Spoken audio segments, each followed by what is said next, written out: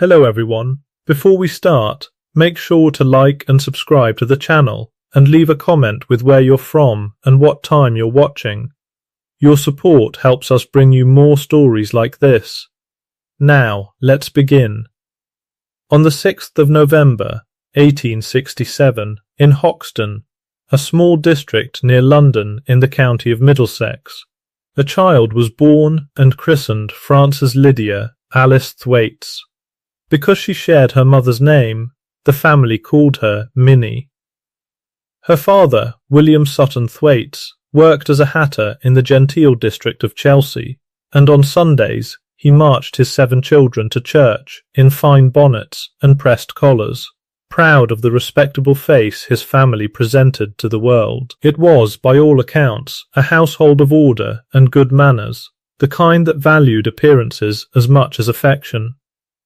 Yet beneath the starched collars, whispers had already begun to circulate, of a soldier, of an unexplained absence, of a daughter who returned home changed. Minnie was, even then, a young woman caught between the life expected of her and the life she seemed unable to resist choosing for herself. She would soon cross an ocean to escape one set of consequences, never imagining the far graver ones that waited for her on the other side. By the time her story reached its end, the world would know her by another name entirely, Frances Noor, the Brunswick Baby Farmer. In 1887, at just 19 years of age, Minnie Thwaites boarded a ship and emigrated to the colony of New South Wales, arriving in Sydney during a decade when many thousands of Europeans sought new fortunes in Australia. The economy was buoyant then, the docks crowded, the streets alive with horse-drawn wagons and the calls of vendors. It was a city utterly unlike the quiet respectability of Hoxton, and Minnie, perhaps eager to leave her old reputation behind with her old name, began calling herself Frances. She found work in domestic service, one of many young women filling the constant demand for maids in the colony that year. She was, by the accounts that survive, a capable and diligent worker, but her free hours told a different story, one of company her parents would not have sanctioned. Among these acquaintances was a German immigrant named Rudolf Noor, a waiter by trade, and it was said, a petty swindler by inclination. On the 2nd of November, 1889, the two were married. Rudolph's business dealings, often skirting the edges of the law, led the couple to Melbourne, then the second largest city in the British Empire and among the wealthiest in the world. Its boulevards were lined with trees, its parks broad and well kept, its sandstone buildings the picture of imperial confidence. In 1892, Frances gave birth to a daughter, and for a brief season life held a fragile sort of promise. She would push the pram beneath the elms, and for an hour at least the city's grandeur was hers to borrow. It did not last. The Australian economy collapsed into a severe depression in the early 1890s. Investment dried up, unemployment rose sharply. Frances found herself queuing at relief societies for food enough to feed her child. A small woman swallowed by circumstances far larger than herself. Little is recorded of how she endured those months, only that she did, one day following another, the elms now offering shade to a mother who could no longer afford the comfort of hope.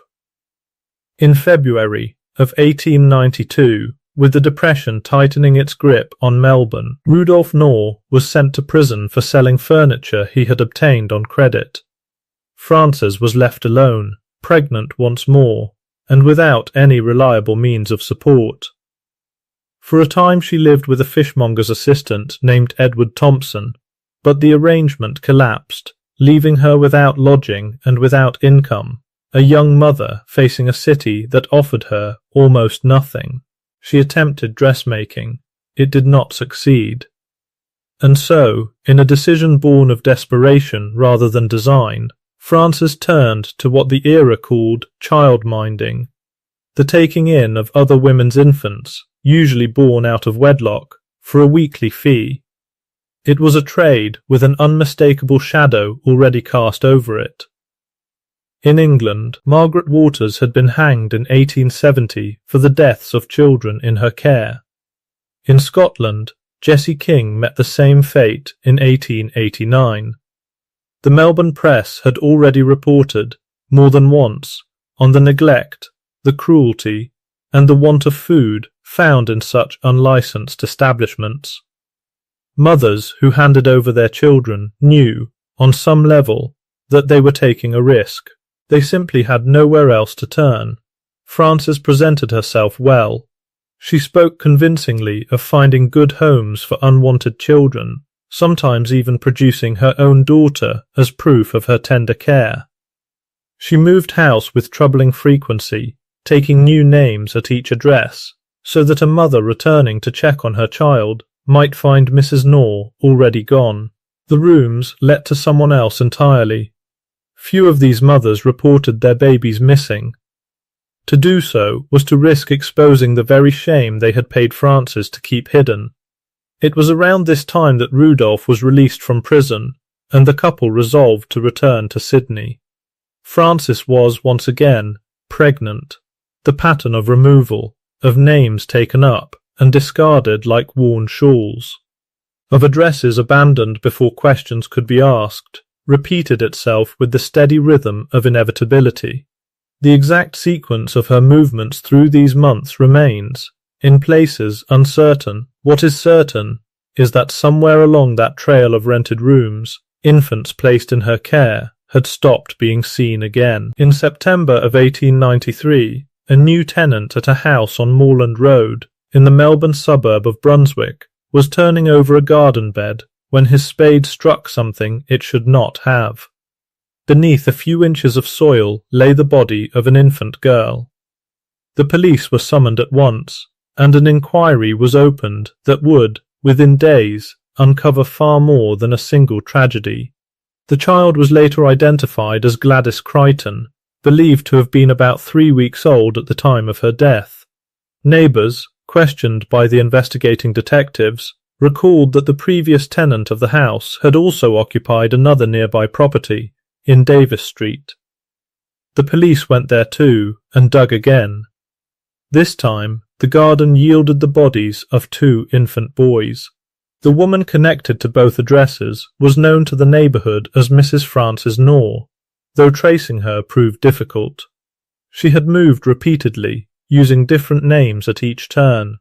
Detectives eventually learned that her husband had recently been released from gaol, and that the couple had returned to Sydney.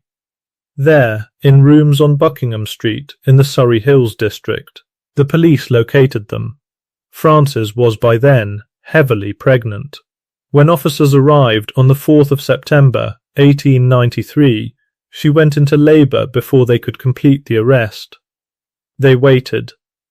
Once she had given birth, Frances Noor was taken into custody and escorted, along with her husband, back to Melbourne to face questioning over the buried infants. When Detective Keating came for her, she is reported to have said only, "I know what you have come for." She maintained throughout her interrogation what officers described as a cheerful demeanour, though she was visibly shaken upon learning that her husband had also been arrested. She insisted she was not guilty of any crime resembling murder. Police, wary that she might attempt to escape custody, kept her under close watch. Word of the discovery spread quickly through Brunswick. Neighbours who had once seen young women arrive at the house carrying infants now spoke, in hushed and careful tones, of what they had witnessed and never questioned. The garden where children had once been left, however briefly, in apparent safety, was now marked by police tape and the slow, careful work of exhumation. The post-mortem examinations were conducted with the clinical thoroughness the case demanded. The infant girl, Gladys Crichton, was found to have died by strangulation. The 2 boys discovered at Davis Street had, the examining authorities determined, been suffocated. In the case of one of the boys, The compression to his small neck was found to have reduced it to less than half its natural width, a detail that would later weigh heavily in the courtroom. The identification of the two boys proved far more difficult than that of the girl.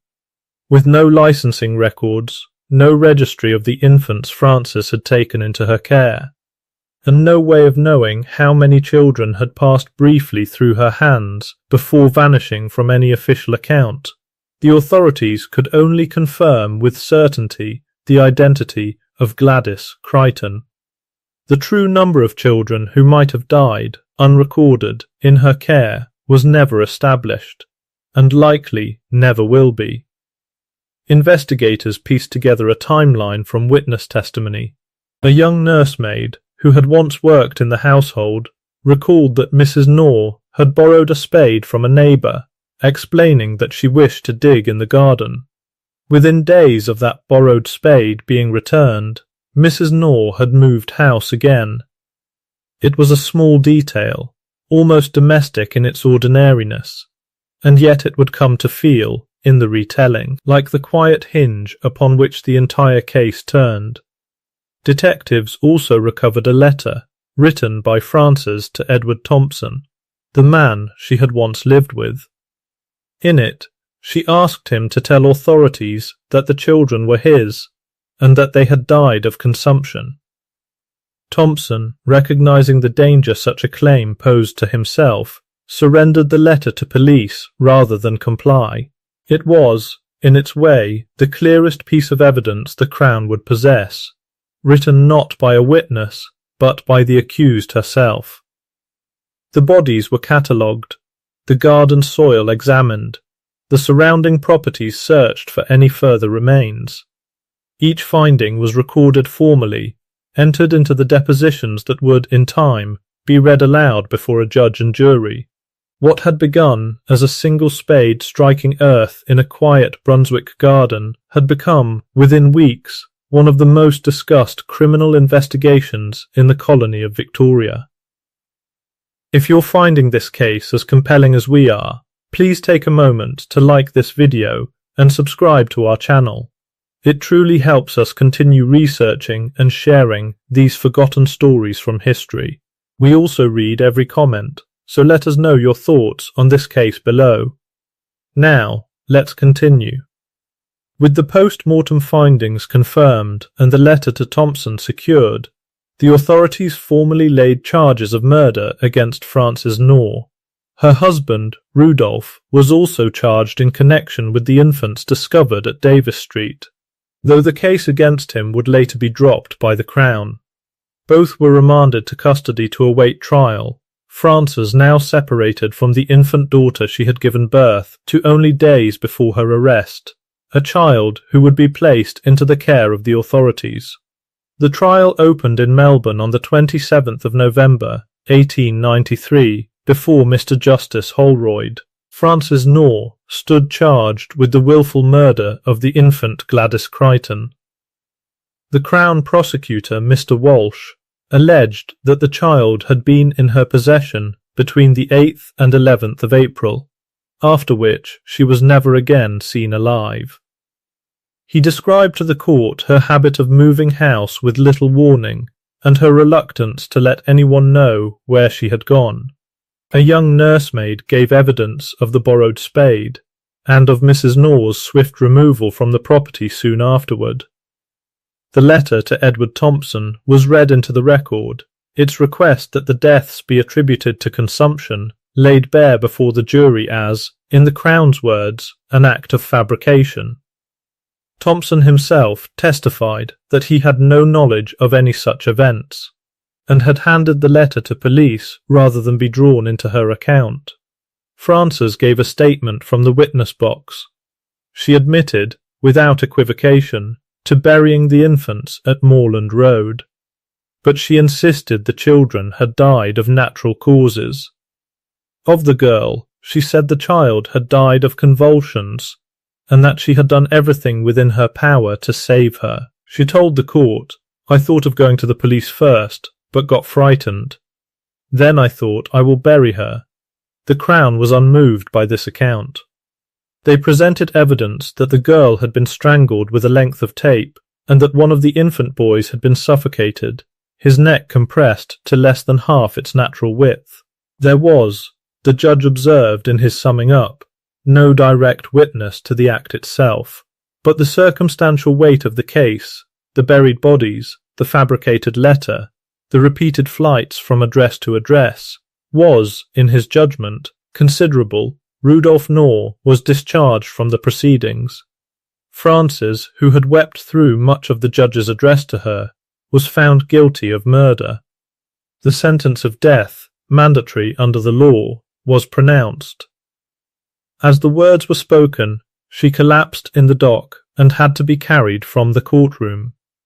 She was returned to the Old Melbourne Gaol to await her execution. The verdict itself fell upon the courtroom in silence. No one spoke. No one moved. It was, those present recalled, a stillness that seemed to last far longer than the moment itself. News of the sentence divided the colony in a manner few criminal cases had before. The newspapers of Melbourne had, almost without exception, judged her guilty and her punishment just. Yet the public response told a different story. Letters poured into editors' offices, many calling for clemency, not because the writers doubted her guilt, but because they understood, perhaps too well, the desperation that had driven a penniless, abandoned mother to such an end. A petition was raised and presented to the governor. He declined to intervene. It was in the days before the execution that the case took its strangest and most sorrowful turn. Thomas Jones, the colony's hangman, grew deeply uneasy at the prospect of hanging a woman, particularly one whose circumstances, poverty, abandonment, an infant she could not feed, had stirred such public sympathy. His wife, it was said, told him that if he carried out the sentence, she would leave him. The weight of it proved unbearable. Days before Frances was due to die, Thomas Jones took his own life. A new executioner had to be found and briefed in haste, with little time to prepare for the task that lay ahead. On the Saturday before her execution, Frances wrote out a confession in her own hand.